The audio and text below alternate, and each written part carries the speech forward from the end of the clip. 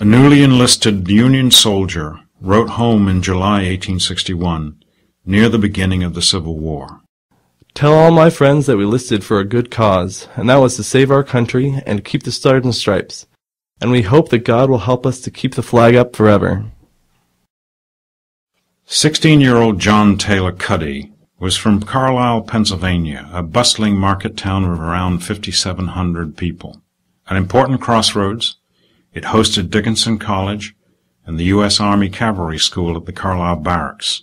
Although Republican Abraham Lincoln had won the town in the presidential election by a razor-thin margin, Democrats were still influential, and the debate over the secession crisis had been heated.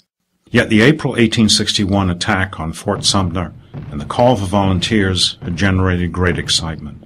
The complications of the sectional crisis quickly became a crusade for union. Within days, local residents had gathered 4 companies of volunteers. One of these companies was the 77-man unit known as the Carlisle Fencibles. At their head was 33-year-old Captain Robert Miller Henderson, a graduate of Dickinson, a former state senator and present chairman of the town's main bank.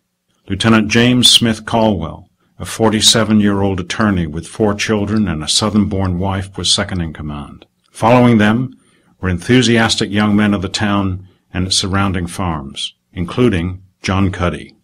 Cuddy was the second oldest of 5 surviving sons of John H. Cuddy and his wife. Cuddy's mother, Agnes, had already lost 2 young children, and she was fiercely protective of her remaining sons. Private Cuddy would write his nervous mother regularly during the war. The Cuddys ran a distillery on the edge of town. Young John's education had been limited, although he could read and write fairly well. He'd also been working for his father for some time before he enlisted. But on his muster papers, the teenager had added an extra year to his age, afraid that he might be turned away as a child. Now, the excited young man was leaving his small-town life for the greatest adventure of his generation. When the Fencibles left Carlisle in June 1861, Cuddy called his unit a happy and bold set of soldiers who will fight for the Union as long as we live. Months of picket duty and marching in defense of Washington, D.C. followed, and dulled much of this initial enthusiasm. Cuddy began complaining in letters home about the monotony, but that at least this way he got to know and trust his fellow soldiers. In early January 1862, he wrote from camp, I and Samuel Macbeth and William Henderson was out a-hunting this morning and got 2 rabbits. William Henderson was his captain's younger brother, also a former Dickinson student. He would be dead just over 2 months later, passing away at 25 from pneumonia. Macbeth, though later wounded seriously enough to be discharged, would survive the war. The Fencibles were impatient for action, but they finally saw their first real fighting on the Virginia Peninsula in late June 1862, just over a year after they had left home. Cuddy wrote his parents, We have hard times for the last week. We had 3 fights, but I got through it safe. We are getting along as well as ever. What is left of us. I think I will get through this war, for I was in 3 of the hardest fights that can be. The balls came as thick as hail all around me, but none of them hit me. More fighting lay ahead for the young men from Carlisle, now part of the 7th Pennsylvania Reserves and the Army of the Potomac. In some of the best-known battles of the war, their unit experienced the full horror of modern warfare. At Second Bull Run, where Robert Henderson, now colonel of the regiment, suffered his second and almost fatal wound. At Antietam, where Company A lost its new captain James Caldwell and 4 others, John Callio, Leo Fowler, David Spar, and William Culp, to a single shell. At Fredericksburg in December, where Lieutenant Jacob Zug, son of Carlisle's leading merchant, lost his right arm. Within months, the men of Carlisle had become battle-hardened veterans. They were also now often unhappy veterans. Cuddy and others in his company argued frequently over news reports about President Lincoln's new emancipation policy. Lincoln may have regarded the victory at Antietam as a turning point in the war, but Cuddy saw things differently. He wrote early in 1863 that, This war is an awful thing. Old Abe done a bad thing when he freed all the slaves. Now the rebels is fighting for their rights. But I am getting tired of this war, for it lasts longer than I thought it would. We are not fighting for what we were when we started out. We are fighting for the niggers now. Despite his hardening views, John Cuddy remained in many ways a young boy. He even managed to get into trouble with his worried mother about which local girls he was writing. But he was also maturing and thinking deeply about the future. He assured his mother, in August 1863, that the Army had changed him for the best. From Virginia he wrote, I hope to get home safe and live a happy life with you all again.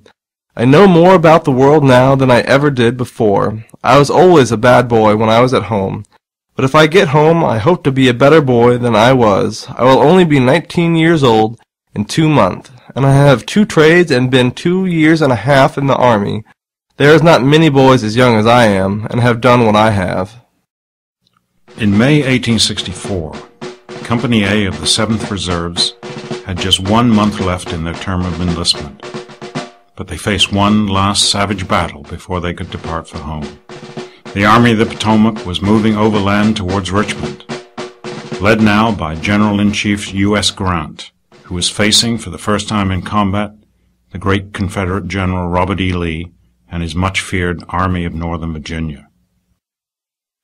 The resulting encounter was a massive and chaotic confrontation in the heavily thicketed forest near Fredericksburg, dubbed the Wilderness. On the morning the battle began, the men of the 7th occupied the center of the 5-mile-long Union lines. But communications through the woods was almost impossible, and intense brush fires only added to the horror. By mid-morning, the 7th was confused about their orders, cut off, and soon completely surrounded. Though some were able to slip away into the thickets and make it back to Union lines, 272 officers and men of the regiment, including all 33 from Company A, surrendered in shock to the 61st Georgia Infantry. There would be no return to Carlisle in June, and there were no further letters home from John Taylor Cuddy. Confederate Guards removed the men of the 7th Reserves to Georgia, the officers to Macon, and the enlisted men to Camp Sumter, soon to be infamous as Andersonville, the deadliest prison camp of the Civil War. Corporal Samuel Elliott of Company A kept a diary and recorded the dismay of the men from Carlisle on the day of their arrival. The camp contains about 15,000 men, most of whom have been prisoners 8 to 10 months, and were once strong, able-bodied men, but are now nothing more than walking skeletons, covered with filth and vermin, and can be hardly recognized as white men. The horrible sights are almost enough to make us give up in despair. Joseph Clark, a young prisoner from Mechanicsburg and a future doctor, recalled that at Andersonville, I saw soldiers become insane.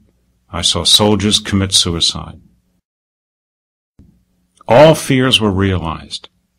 67 men of the 7th Reserves perished in the squalid, crowded, ill-provisioned, and poorly run 16-acre open camp.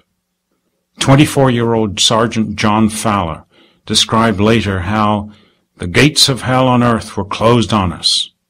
Van Eby was the first one in Company A to die. He abandoned all hope of ever getting out alive and finally sickened and died. As Union forces under General William Tecumseh Sherman marched into Georgia later that year, many prisoners were relocated 259 miles by rail boxcar through Charleston and on to another camp at Florence, South Carolina. Yet if John Cuddy and his former Carlisle neighbors hoped for better treatment, they were sorely disappointed.